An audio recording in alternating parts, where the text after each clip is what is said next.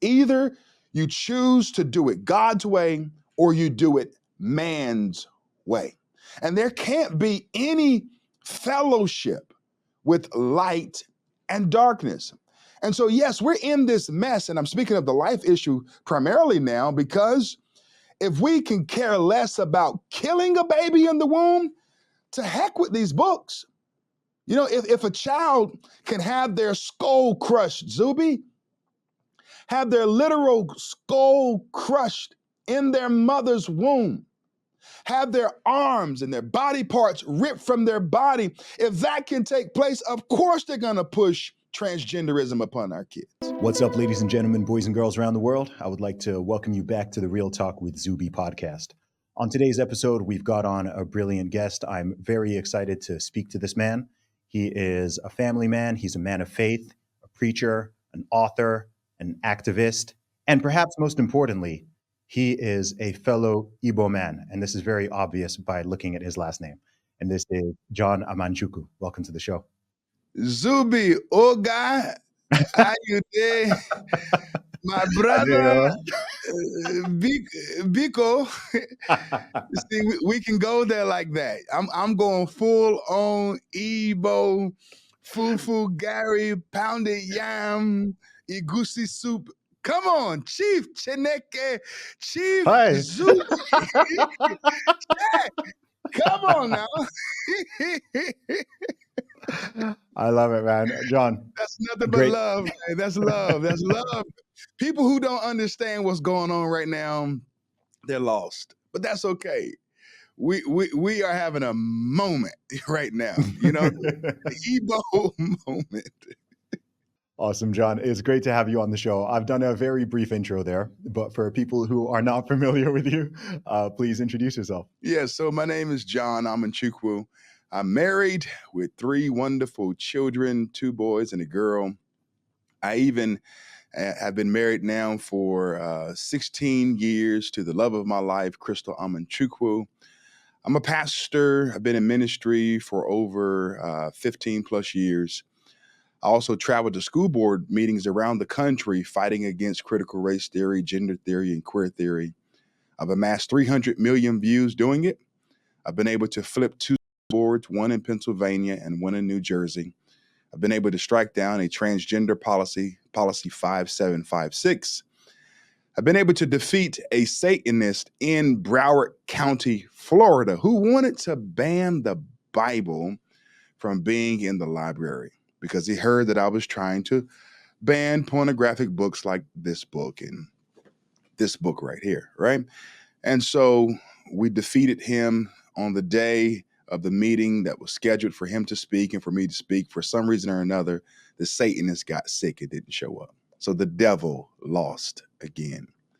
And so I've now, been to 14 states defending kids, the innocence of children, and then fighting to put before them what is right and fighting against the woke secular left. And God has definitely graced me in this battle and made me the leading voice speaking out at School Boards National. Today's episode is brought to you by BitBox. As I'm sure you've noticed by now, inflation is a major issue. The more money that central banks print, the less your dollars, pounds, and euros are worth. When it comes to government-issued fiat currency, inflation is inevitable. That's why for many years I've been saving in Bitcoin. It's scarcer than gold and it cannot be inflated by any central bank. But if you're going to buy and hold Bitcoin, it's vital that you store it securely, because leaving your coins on exchanges is risky and leaves them vulnerable to potential hacks. That's where today's sponsor, BitBox, comes in. BitBox is a Swiss-made hardware wallet that allows you to store your Bitcoin easily and safely.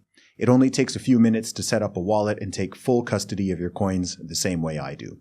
Secure your Bitcoin today with a BitBox. Go to bitbox.swiss/Zuby to get 5% off a hardware wallet today.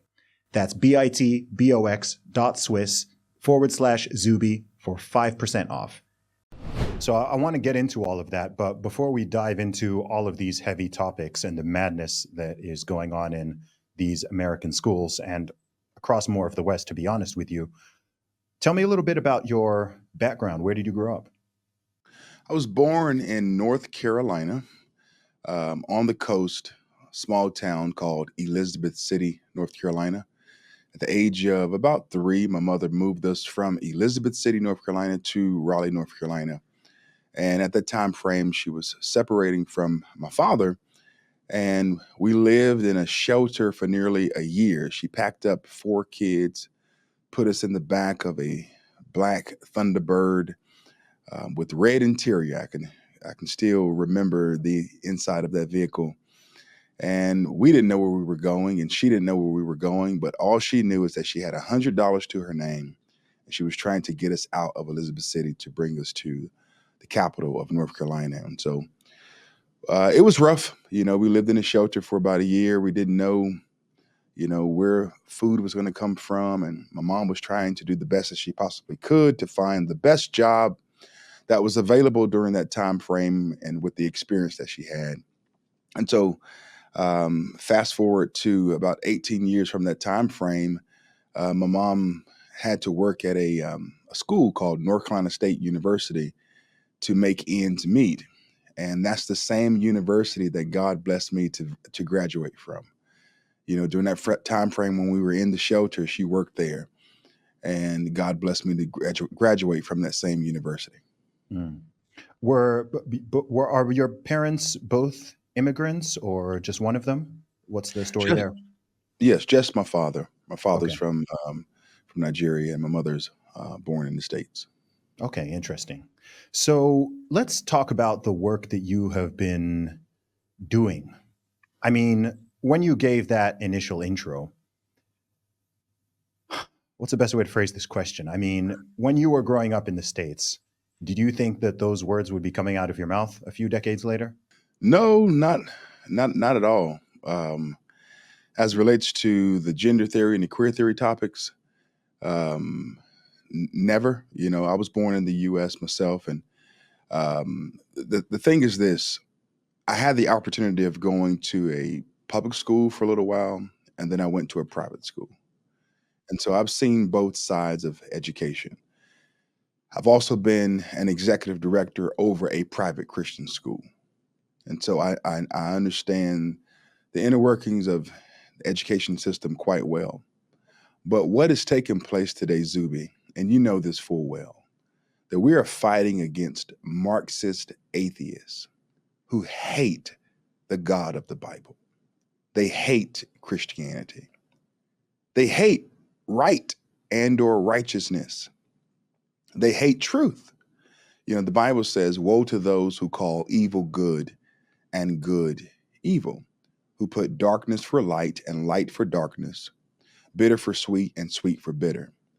We live in a day where people would tell you that putting a book in front of a child, like this book here, Queer, the ultimate guide for LGBTQ teens, there are people who would tell you that this is necessary reading because in the name of DEI, which I call a false triune idol, but in the name of DEI, diversity, equity, and inclusion, kids need to see themselves visible on a bookshelf.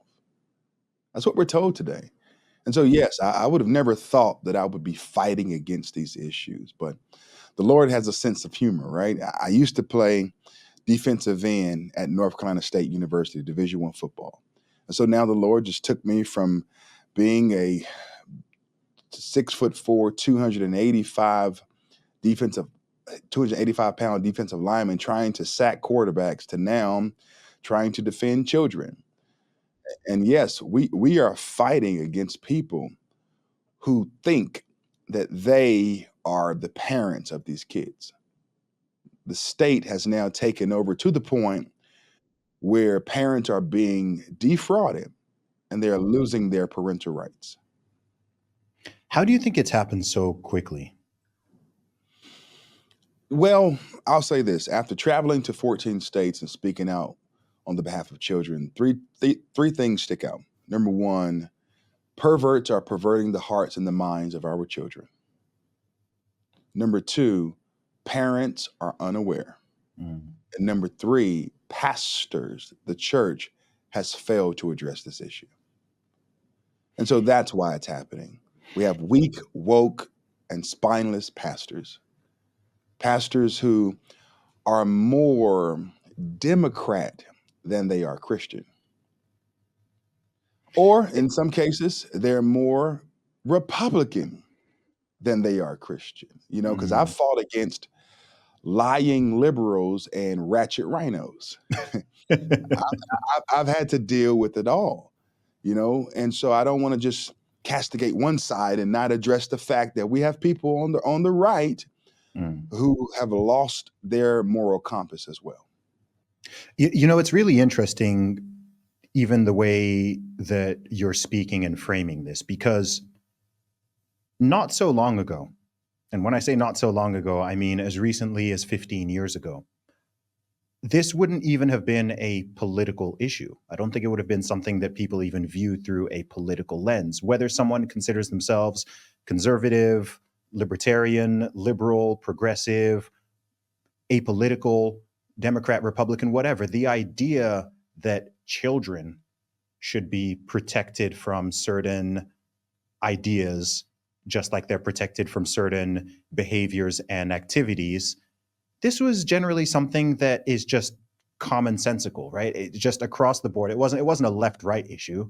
It's just, yeah, obviously you don't expose children to certain things, and anyone who would want to do that is a pervert, and they have something wrong with them. And I mean, if I were to just, I'm not from the States, but if I were to think back to 2008, if I were to think back to 2008 era, when there was the Obama mania and the Democratic Party was in its 2008 position, the idea that something like this would have some type of widespread push or approval, I don't think it wouldn't have flown at all. And if it had been seen, I don't think it would have been seen at all as a sort of left right thing. I think it would have just been common sense. Just no, we're not going to stand for that. But it seems like a very dangerous line has been crossed now with the things that children are being exposed to. I would agree with that, and that's why I say that I repeat the scripture, Isaiah 5:20. Woe to those who call evil good and good evil. Mm. There are people who in this society who believe that we have to exploit children and give them the necessary support to assist them in debauchery. I don't know however to put it, but that's the best way that I can say it. These books, I mean, like this one in particular, and this one, let's talk about it. When you open this book and you read from the second page, this is what it says. The authors and publisher expressly disclaim responsibility for any adverse effects that may result, Zuby, from the use or application of the information contained in this book. In other words, they're telling you, if you apply what we're telling you in this book, you might harm yourself. Mm-hmm. So we're not taking responsibility for our craftsmanship, right? Whatever we've told you to do in this book, choose wisely, and you do it at your own risk. I mean, why do children need to learn and know about the proper way of inserting objects into their rear end?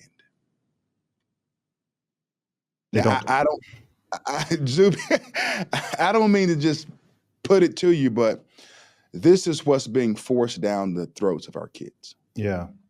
All right, I'm not going to When open. when were these types of books published? Because I'm trying to find out when this all really started. I know there's been more of an awakening over the last few years, but when did this start? Sure, this book right here was published in 2021. Mm, What else? This one right here is published in 2019. 2019. Okay. 2019, and Push is made after the movie um, Precious. Yes, the movie Precious. I don't know if you remember that one, I haven't but seen it, but I know of it. this book right here is what, from the late 90s or something. And Okay. so I would say this: you did hit the nail on the head when you reference the legacy of Barack Obama. We all know that he was the president that made being gay or homosexual synonymous with American culture. He Mhm. made it a fad and a craze. Prior to him, the message with the LGBTQ community was whatever we do in our bedroom is our business and you Yeah. shouldn't bother us, right? Then it transitioned from the bedroom to the redefining of marriage, Mhm. right?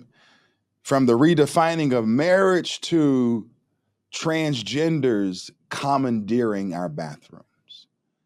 And now our wives and our daughters have to go to a restroom and be mindful and careful that there might be a man in that restroom with them. And then from there to now, we have LGBTQ and trans individuals leading in federal departments in the US. Okay. And now we have these books that are on the bookshelves of our school systems. Slowly but surely, they are robbing us of reality and potentially our own sanity. It's almost like the saying of the camel getting initially first his head under the tent. And then once the camel can get its head under the tent, everything else will follow. And earlier I called diversity, equity, and inclusion a false triune idol, and I'll unpack that now. This is what I mean. In Christianity, we have this thing called the Trinity: the Father, Son, and Holy Spirit. And God desires private worship more than he does public worship. Inasmuch because from our personal lifestyle, naturally that will overflow into public worship and what people see. But it's all based upon, Zuby, who we are and what we do privately. But when it comes to diversity, equity, and inclusion, they can care less about private worship. They want us to bow on this podcast. They want us to bow in the public square. They want us to bow at our public schools. They want us to bow everywhere. And if you refuse to dance to the music of King Nebuchadnezzar, if you refuse to accept what they are doing, you are now a bigot or a homophobe. They will cancel you, tarnish you, suppress your content on social media. I go through it all of the time. They'll do whatever to shut you up. It's called censorship. And so, what people are doing naturally today, and conversely, they are censoring their own message to keep the woke left from doing it to them. And so, I'm leading a national moral campaign. It's a reawakening, it's a revolution. And I'm telling parents, school board leaders, and superintendents and teachers that it's not wholesome to show our kids images of two men in a bedroom together in bed, or two women doing the same thing, let alone a man and a woman. I'm against putting homosexual content in front of kids, and I'm also against putting heterosexual content in front of kids. Sexual content, period. I agree, Yeah. across the board. It didn't But used to be controversial. it didn't, but many of these books, Zuby, rival Swank magazine and Playboy. These books give Hugh Hefner a run for his money. When you go to your average school system in America, a public school, let's say in North Carolina where I live, a kid just can't go into the computer lab and type in the latest and greatest porn site and go see whatever he wants to see. You can't do it because they put guardrails, they put safety nets there to make sure that they can't look up whatever site they want to get onto. You know, it's filtered. I'm saying we should do the same thing in the library and when it comes to our curriculum materials. And because of me saying that, I'm labeled now as a book banning pastor or a book burner. And keep in mind, the original book banners were the Marxist atheists who wanted to ban the Bible, who didn't want the word of God to be taught, who removed the 10 commandments. What I'm saying is, let's just get back to where we were, because I strongly believe that this country, this nation, the thing that has made it great is the fact that it was built and founded upon Judeo-Christian principles. Today's podcast is sponsored by my book, Strong Advice, Zuby's Guide to Fitness for Everybody. When it comes to health, exercise, and nutrition, there are a huge number of resources available. Some are great, but others, not so much. The problem with a lot of fitness advice is it's unnecessarily complicated. This can leave you feeling even more confused, with underwhelming and unsustainable results. Most diets fail, and even when they do work, most people simply regain the weight. Strong Advice is different because the sole goal of the book is to help you and not to confuse you. It's simple enough for beginners, but detailed enough for experienced lifters. No nonsense, just valuable information. Strong Advice has already helped thousands of people to achieve and maintain their fitness goals, and whether your goal is to lose fat, build muscle, or just get in better shape, it can help you too. Visit zubyfitness.com to get $10 off the ebook or audiobook version of Strong Advice. That's zubyfitness.com, and as a loyal podcast listener, you'll automatically get $10 off. Enjoy the rest of the podcast. There's a lot of directions we can go here. The first thing that's at the top of my mind, because I'm a man from the UK, and on paper, the majority of the US population claims to be Christian. Claims. Higher percentage than in the UK. UK, it's dwindling. So in a country where the majority of people, I believe over 60% of Americans, say that they are Christian, and another dozens of percent will say that they're from other faiths and religions, how does this happen? How is both on the moral level and on the courage level, or shall I say the cowardice level? It seems like that should not even be a possibility. Well, you're dealing with sellouts. People who choose political parties over scripture and their doctrine. Look at this. Right now, there's a large number of black churches who are saying, as we approach this upcoming election, that I'm with her. Right? There are campaigns going on. I'm with her, and her being Kamala Harris. And you have to say to yourself, okay, how can you say that you're with her knowing that she's for abortion on demand? And what does the Bible say about killing babies or murder?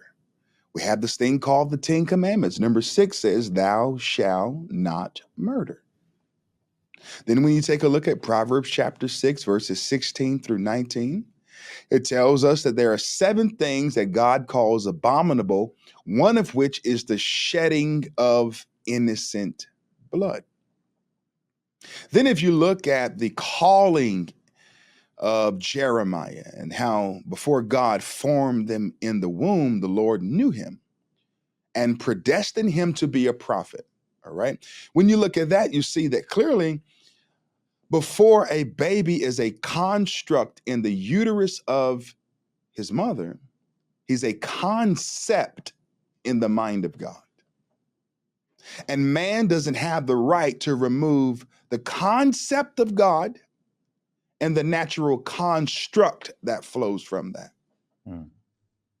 And there are Christians in this nation who are amassing themselves in large numbers and assembling, prepared to vote for Kamala Harris, knowing that she's going to pass abortion laws to kill babies. And they do this in the name of, we don't want to rob women of their rights. And they tell black women, yes, they're going to take us back. They're going They're going to disenfranchise us. And a Black woman deals with multiple levels of intersectionality, right? Levels of oppression. So therefore, Black women, we need you to be stupid. We need you to abort your own seed. We want you to overlook the fact that there are more Black women in America than there are Black men. And when you consider that, there's going to be a lot of Black women who are not going to get married in the first place. You know, consider this. And there's so many ways that we can go with this, Zuby. And if I'm rambling, just let me know. No, it's all good, man. Blacks make up 13% of the overall population in the US. Black men account for 5% of that number.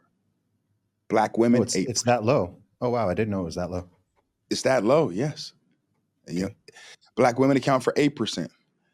And of the Black women who are still ovulating, they account for nearly 2 to 3% of the overall population in the US. All right. Now, the Black women who are still ovulating, they're 2 to 3% of the overall population in the US, but they account for nearly 38 to 40% of the overall abortions in the US. So when I say to you that there's a Black genocide taking place in America, that's true. But I'm only parroting what Jesse Jackson once said. But Jesse Jackson, you know, Reverend Jesse Jackson, he's to blame for the Black church buying into philosophies and ideologies that the Bible speaks against. When Jesse was prepared to run for the office of presidency, he sold his community down a river and no longer would call it Black genocide. He called it something else. Jesse Jackson and your Reverend Al Sharptons and many of your Black clergy in the US, they're the reasons why these things are becoming acceptable. And so right now, Kamala Harris is campaigning with the Black church, with the support from the Black church to elect her as president of the United States. Now, in order for a people group to maintain themselves over 25 years, a fertility rate of 2.1 is needed. In 1950, the total Black fertility rate was 3.6. Okay. In 1975, it was 2.3. In 2016, it was 1.832. 2017, 1.824. 2018, 1.792. And 2019, 1.774. What does that mean? It means that we are not replacing as a people group at replacement levels. We are dying. The Black community is diminishing in the US. And we have punk pastors like Raphael Warnock, who campaigned and said that he was a pro-choice Christian and a pro-choice pastor. There's no such thing as a pro-choice Christian or a pro-choice pastor. Raphael Warnock is a heretic. That's what he is. It's either you choose to do it God's way or you do it man's way. And there can't be any fellowship with light and darkness. And so, yes, we're in this mess, and I'm speaking of the life issue primarily now, because if we can care less about killing a baby in the womb, to heck with these books. You know, if a child can have their skull crushed, Zuby, have their literal skull crushed in their mother's womb, have their arms and their body parts ripped from their body, if that can take place, of course they're going to push transgenderism upon our kids. Of course, they're going to lie to us and tell us, yes, a child needs to see butt plugs and instructions on how to have homosexual sex. It makes no sense. And so, yes, you probably hear the passion in my voice. I am passionate about this issue because lives are at stake. And pastors today are playing footsies with the devil. They don't want to be labeled as a conservative or someone who's a part of the Republican movement or MAGA, Trump, and all that other stuff like that. And I understand that people dislike certain personalities and all of that good stuff.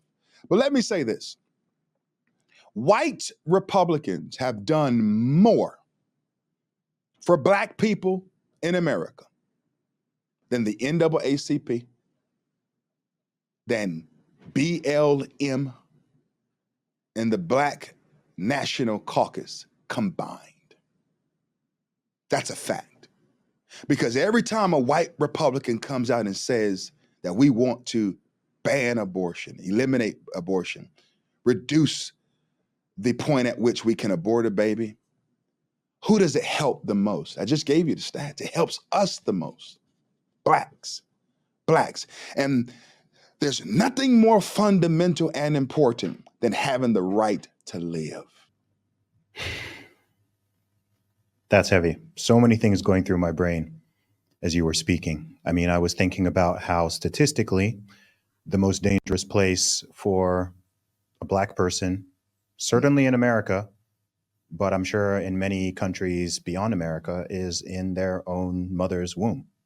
Yes. I mean, I know there were over a million in 2023, I believe. I know the numbers actually went up after the abolition of Roe versus Wade, which is not what most people expected. And the other thing that just came to my mind is the irony behind the Black Lives Matter.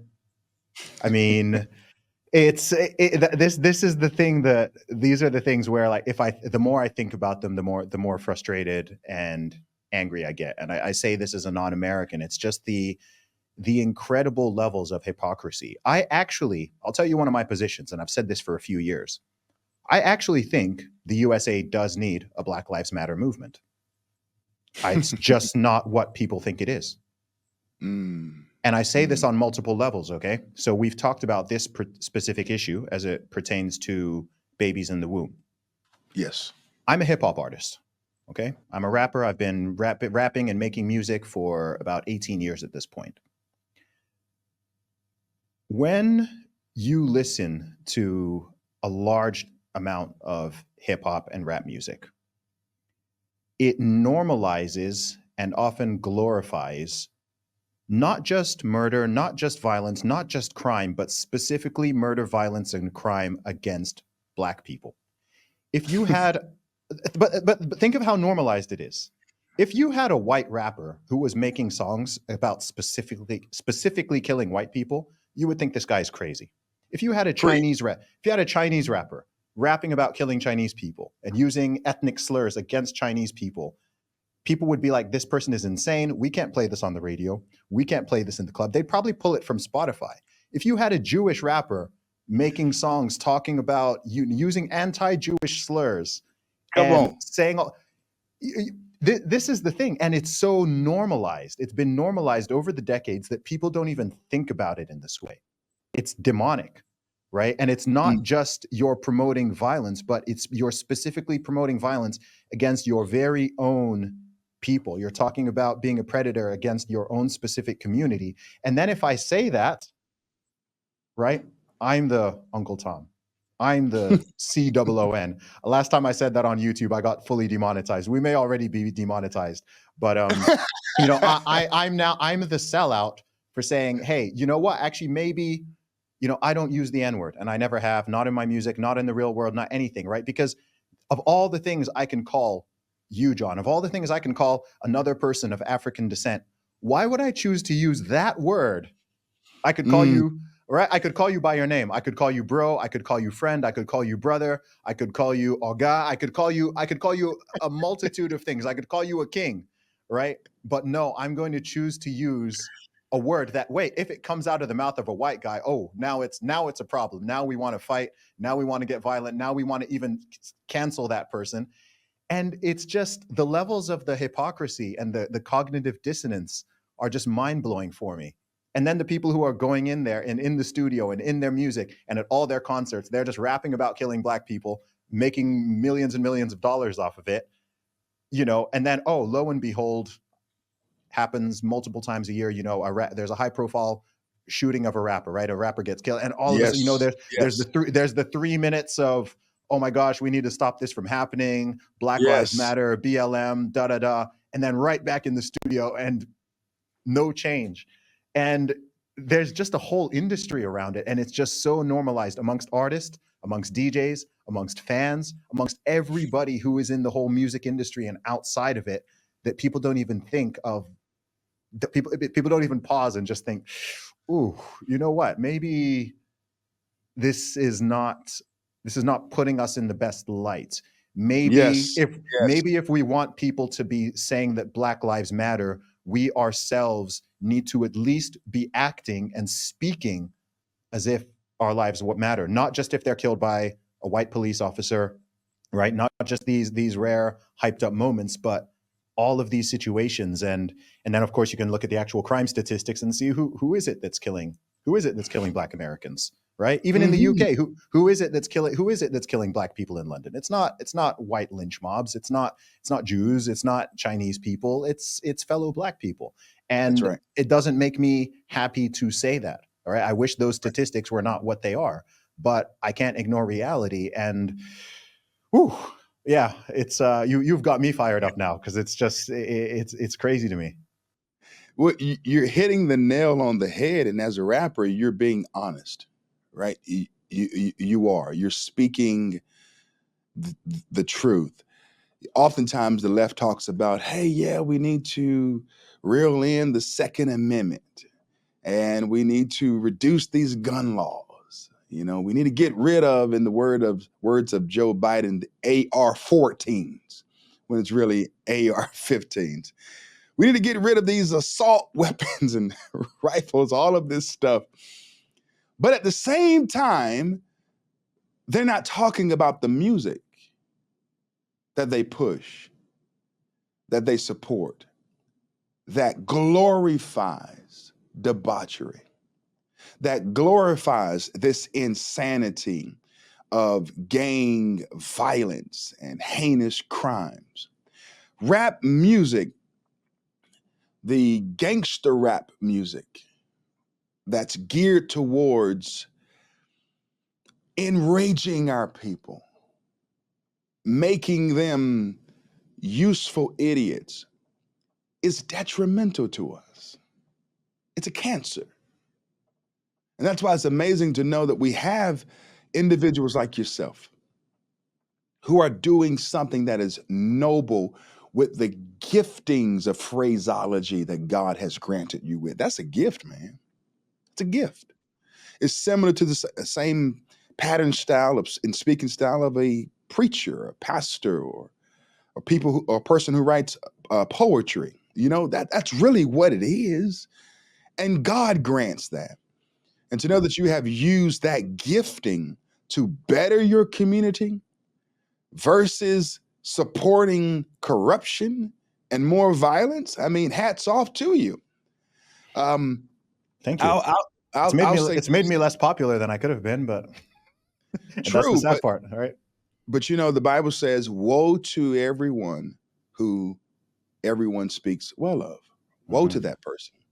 If everyone is speaking well of you, something's wrong. Mm. And that becomes more true the more jacked up the world becomes. If you have a healthy and a moral and a righteous society, then I feels like that statement is less true. But the more perverse and degenerate the world becomes, then the more just by being a normal person, the more you are going to stand out and have people calling you all sorts of names just because you might just be standing still whilst everyone else is moving left. You don't even need to be necessarily even shifting your position, and you just end up.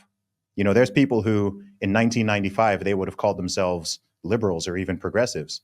Maybe even in the year 2005 they would have called themselves liberals or progressives, and they've just stood still, and now they're considered extreme right wingers. They're considered hyper conservative. They haven't even changed their positions, and it just says a lot about where our society and culture is going. Yes, it does. And there's a great deal of American ignorance and American arrogance. Mm. And I love to put those two together, because the ignorance and the arrogance. Scripture tells us that my people suffer, they perish for a lack of knowledge, of comprehension, and of understanding. We have gone back to the days of judges where men and women are doing what is right in their own eyes. Um, Look at church history. Look at the scripture. Look at the Old Testament. You see, God brings a good king and then a litany of bad kings. And God speaks to the nations. He speaks to Judah.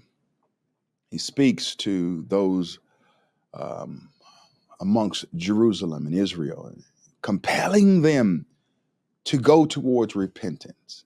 And if they don't, judgment was coming. America is experiencing the judgment simply because we have forgot God. When a nation forgets God, ruin, tumult, and chaos are inevitable. The utter insanity of a human being thinking they have the right to erase another person, that's insanity. Billions of dollars will be spent on this upcoming election, convincing Americans that it's right to kill their own. Billions of dollars will be spent on that. They've But already then been when we have, convinced. you're right, exactly. I agree with that. That's why we are in this mess. And then when you consider that and juxtapose it to school shootings, recently in Tennessee,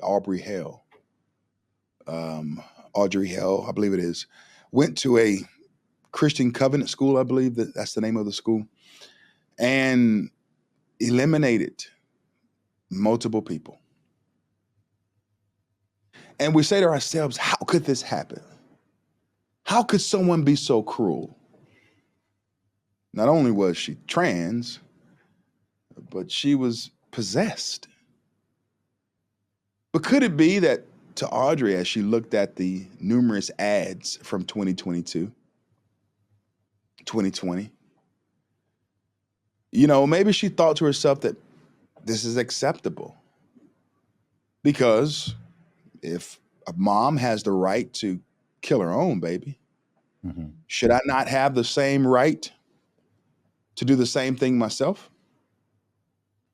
And so, culturally speaking, murder has become something that's synonymous with Western civilization. We overlook it. Do you know why this is hitting me so hard is because I've made this point over the years and almost no one else makes it or vocalizes it. And people pretend that these dots are not connected, right? Because they've been brainwashed to view the deletion of a baby in the womb as something totally different to the deletion of a human being outside of the womb, right? I get people, Zuby, oh come on, Zuby, you can't compare those two things, right? So I grew up in Saudi Arabia. Let me give a little context. I grew up in Saudi Arabia and I now live in the UAE. Okay. And as you can imagine, particularly when discussing with Americans or even Brits, when you even mention the word Saudi Arabia or you talk about Dubai or Abu, their brain immediately, oh my gosh, human rights abuses, and in the UK, oh this is terrible. They behead murderers and they do this and this. I'm like, okay, if you want to compare sins, okay, if you want to compare sins, if you want to talk body count, and you want to compare the USA in the UK, and you want to compare that to the UAE in particular, but even to Saudi Arabia, right? Just baby deletion in the UK, we're talking 180,000 a year. USA, we're Mm. talking 1 million per year. Come on, and then people are mad that there were 50 executions in Saudi Arabia, and people are blowing their lid. By the way, most of the people being executed are like people who have killed people. So that is a human rights abuse, and that is super terrible. But people are like, "Oh, come on, Zuby, you can't compare those two things. Are you being serious?" I'm like, Um, if you want me to be totally real, I think that one of those is far worse than the other, and it's not the criminals who are being executed. If you want me Mm, to be totally, whether or not someone supports capital punishment, we're talking about guilt versus innocence to begin with. And then you're talking yes. numbers. You're talking 100 versus a Yes. million. Yes. Um, and that's not even talking about all of the foreign wars and the dropping bombs all over the place and all of these other incursions and things that are going on. But as you said, that ignorance and arrogance, it's like people are totally blind. People are hyper aware of the sins of other people and of other nations, but very blinded. Of course, the Bible talks about this, but very blinded to their own. So there's the giant plank, perhaps a log or a whole tree in their eye, and then they're looking at everywhere else. They're looking at Russia, they're looking at China, they're looking at Saudi Arabia, they're looking at African countries, all this, and they have all of these criticisms and things.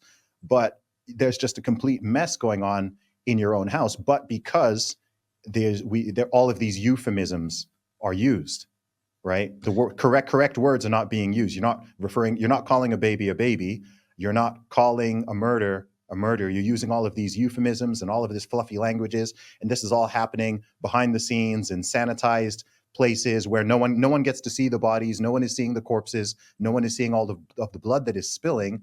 And so on the surface, it's like there's this veneer that Western civilization where it's super advanced and everyone is super nice and life is valued more than anywhere else and there's all of these rights and so on. And on the most fundamental level with the most vulnerable population, there's no protection at mm, all. There's mm. there's hardly any protection. And I almost wish this were just a USA problem, but the sad truth is that it's not. Right? I'm actually proud to say I live in a country that is actually pro-life. And right, I'm here in the Middle East. People are screaming about Dubai. I'm like, Dubai is a pro. This is a pro-life. This place is pro-life. It's pro-life and it's pro-family. Are you I'm from the serious? UK. Yeah, it's totally pro-life here. Um, in the Wow. yeah, absolutely haram. Killing your own child? No, they don't play that. Um, and then in the UK, where I'm from, it's even worse in the UK. It's legal up to 24 weeks for any reason. It's on Mm. demand. It's taxpayer funded, right? So my taxes, if I'm paying taxes to the UK government, it's actually one of the reasons I actually wanted to leave because I'm like I don't want my taxes going to that. You are paying for that, and then if there is any minor type of defect, anything even as mild as like a potential cleft lip or a cleft palate, then it's legal all the way up to term. In Canada, there's no limit. In Canada, Wow. no limit whatsoever. So you could be at 38 weeks and fall upon hard times and say, you know what, or have a breakup or something, and it is totally legal and acceptable to go and have that baby slaughtered. At that point, complete, totally viable. No one can even have the viability argument or the clump of cells argument or any of this type of stuff.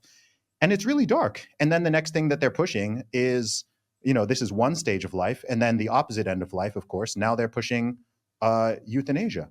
Now they're pushing, what do they call, dying with dignity, or what do they call Yes. it in Yes. Canada, MAID, medical assistance in dying. And now they're actually, I'm sure you're aware of this, John, but they're even pushing it to people who just have depression now, people who have Yes. mental health issues. It's not just, oh, you have terminal cancer or you're in pain or something. It's just, oh, you're having a hard time. It's been promoted to homeless people. That's dark. You just said a mouthful. And when we consider all of the above and where we are morally, I'm speaking of the US and, other nations, other countries, continents, they love to copy the US. There's this notion that Western civilization is the litmus test for what is right and what is wrong. Um, it just makes me think of Matthew 24:12, where it says, because of the increase of wickedness, the love of most will grow cold. So the more we are left to be wicked, to be vile, to be corrupt, the the lack of love and tenderness, we will see. And nothing explains the heart of a nation like how we treat children. And so, yes, I do think that we're going to see this whole notion and movement jettison ahead as we approach the coming of the Lord, right? I believe that. I do believe that we're going to see adults have the right to have sexual relations with children.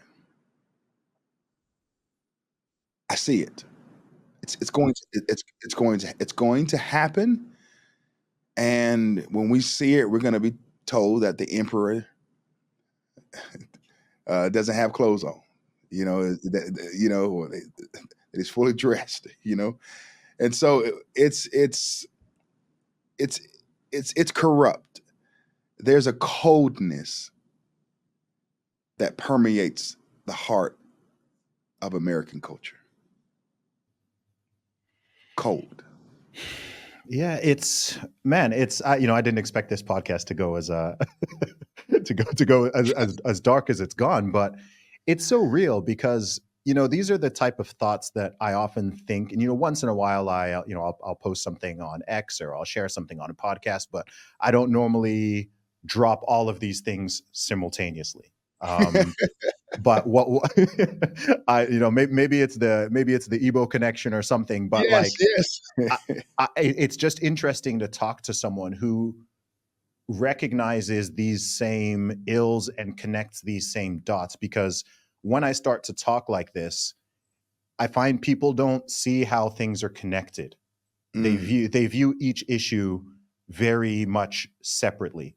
They don't mm. see any connection, even any feasible connection between attitudes towards abortion and Yes, school shootings. Right? yes. They're like, how are you even? I'm like, well, look, if you have a culture of death, if you have a culture that says Yes. it is sometimes okay to take an innocent human life, and you have programming coming through the media, coming through the news, coming through culture, coming through social messaging that is reinforcing that, well, sometimes, depending on the situation and these exceptions, it's okay, then why would you be surprised that you're going to produce people, you're going to Hmm. produce young men who do not value human life?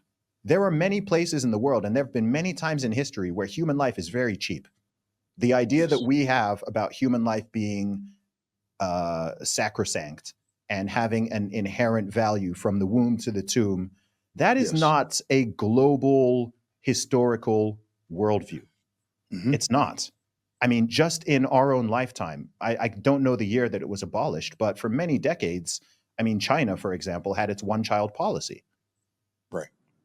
I mean, if you I remember being in school and learning about that. I must have been maybe 12 or 13 years old.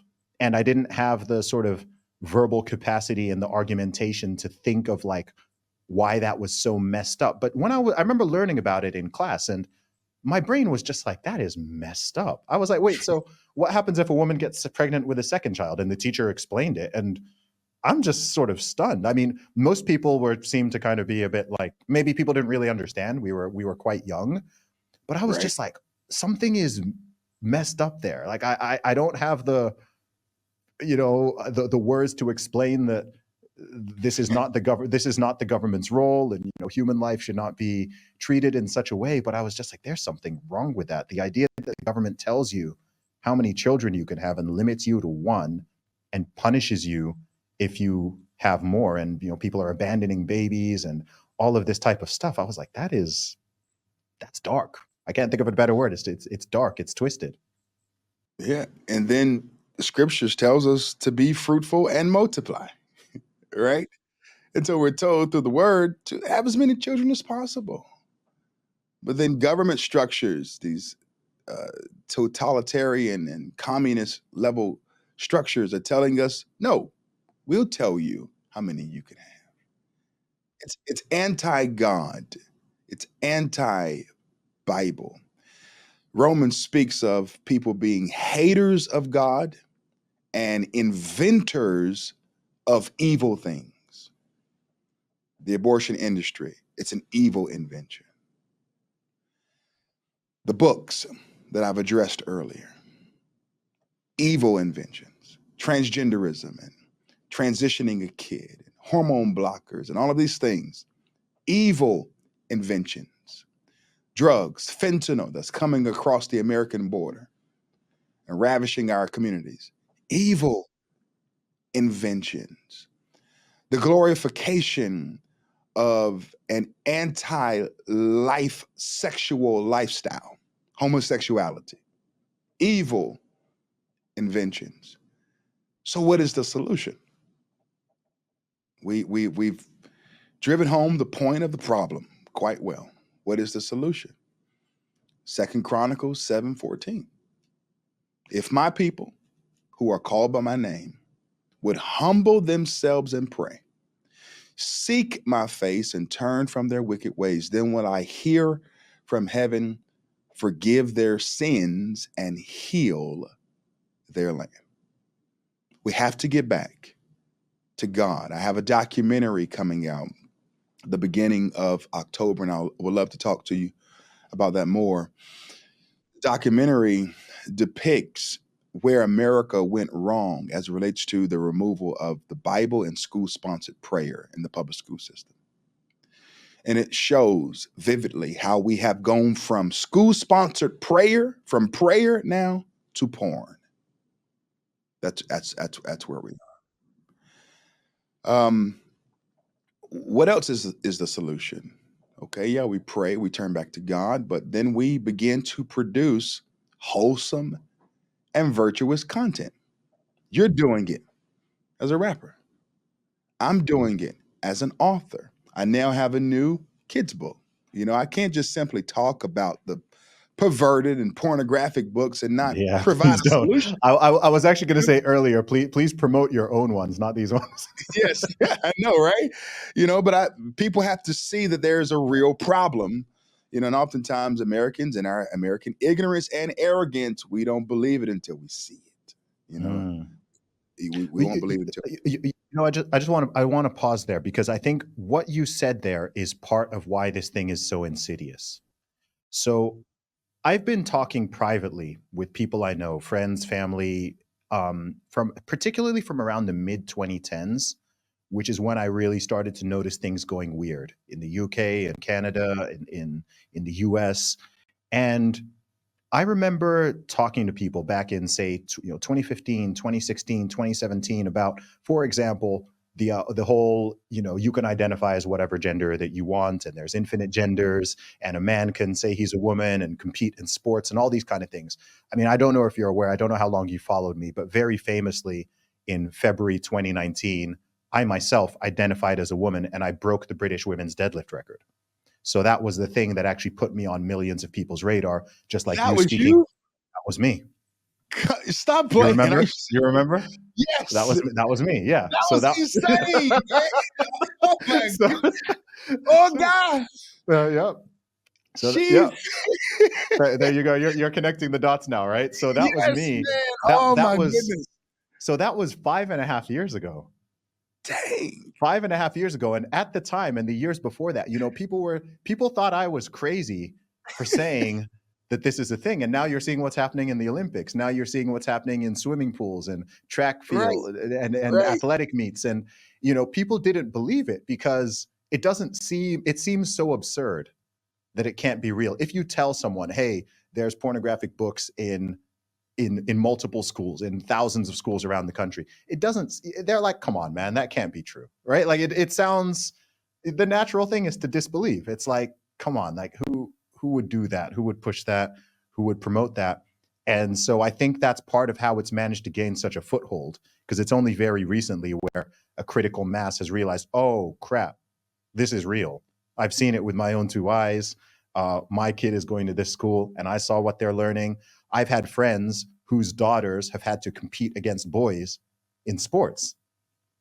And that's the thing that, oh, now they're awake to it. Now it's like, oh crap, this is real. This is not just something you see on the internet. Like, this is a real thing that's happening.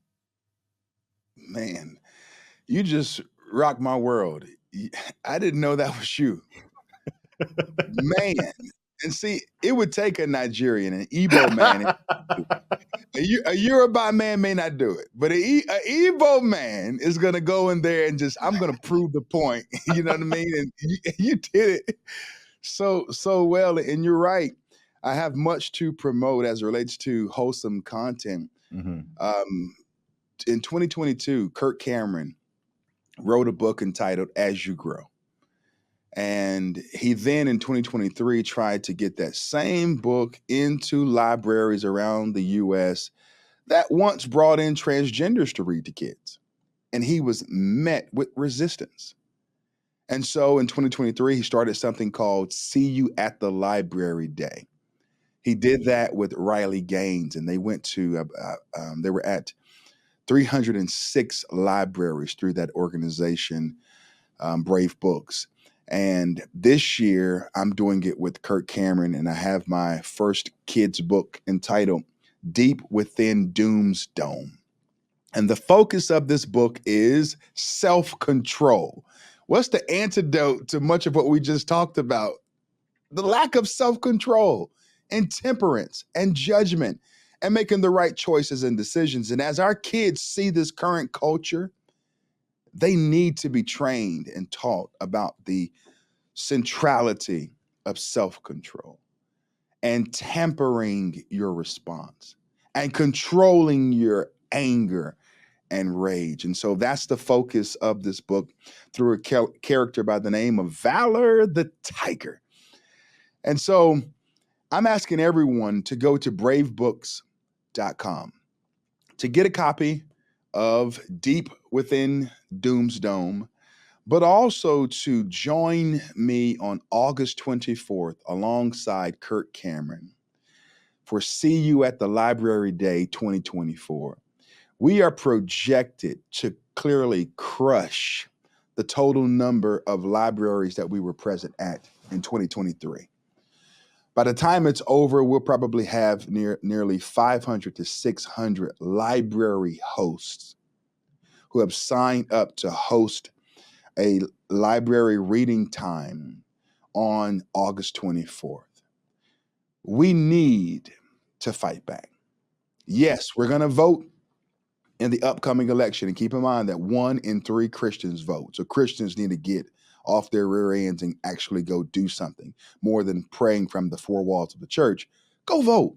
And also sign up at bravebooks.com to be a host for a library reading day, all right, on August 24th. I believe that if we do this, then we will begin to turn the tide, one library at a time and one child at a time. And so Brave Books has done a noteworthy job in repositioning the American landscape and telling parents that, hey, you do not have to be driven towards the salacious content that many schools promote. There are wholesome, virtuous, pro God and pro Bible and pro American books that you can get your hands on.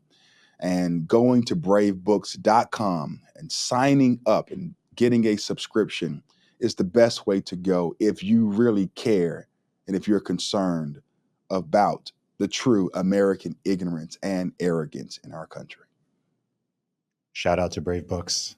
Brave Books are awesome. Love those Yes. guys. You guys know Yes. my book, The Candy Calamity, is with them as well. So check, just get the whole subscription, guys. Get the Do it. subscription, get their treasure chest box. If you've got kids, I know tons of my listeners have kids. If you are looking for some wholesome books for your kids across a range of different topics, then bravebooks.com. Highly, highly recommend it. The illustration's awesome as well. The stories are awesome. Like, they're genuinely good books. So, like we say, instead of just complaining about the things we don't like, I think it's important for all sane people, conservatives, Christians, people of faith. Don't just complain about the things you don't like. Make sure you support the things, the projects, and the people who you do like and who your values align with. John, I want to be respectful of your time, man. It's been an absolute pleasure to talk with you. I'm sure we will meet in person at some Yes. point. I don't know when, but I already know that that's going to happen. So Where can people find and follow you online? You can go to my website at iknowgod.us. iknowgod.us. Amanchukwu means I know God. All right, it's Igbo.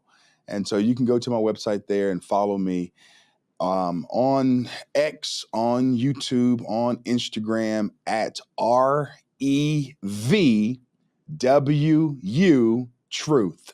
REVWU Truth. That's Rev Wu Truth. Zuby, I look forward to meeting you, fellow Nigerian brother. Keep standing strong. Contend for the faith. Keep hitting us with hot music that drives us towards our knees and towards humility before Abba Father. I appreciate it, man. God bless you, John. I appreciate you.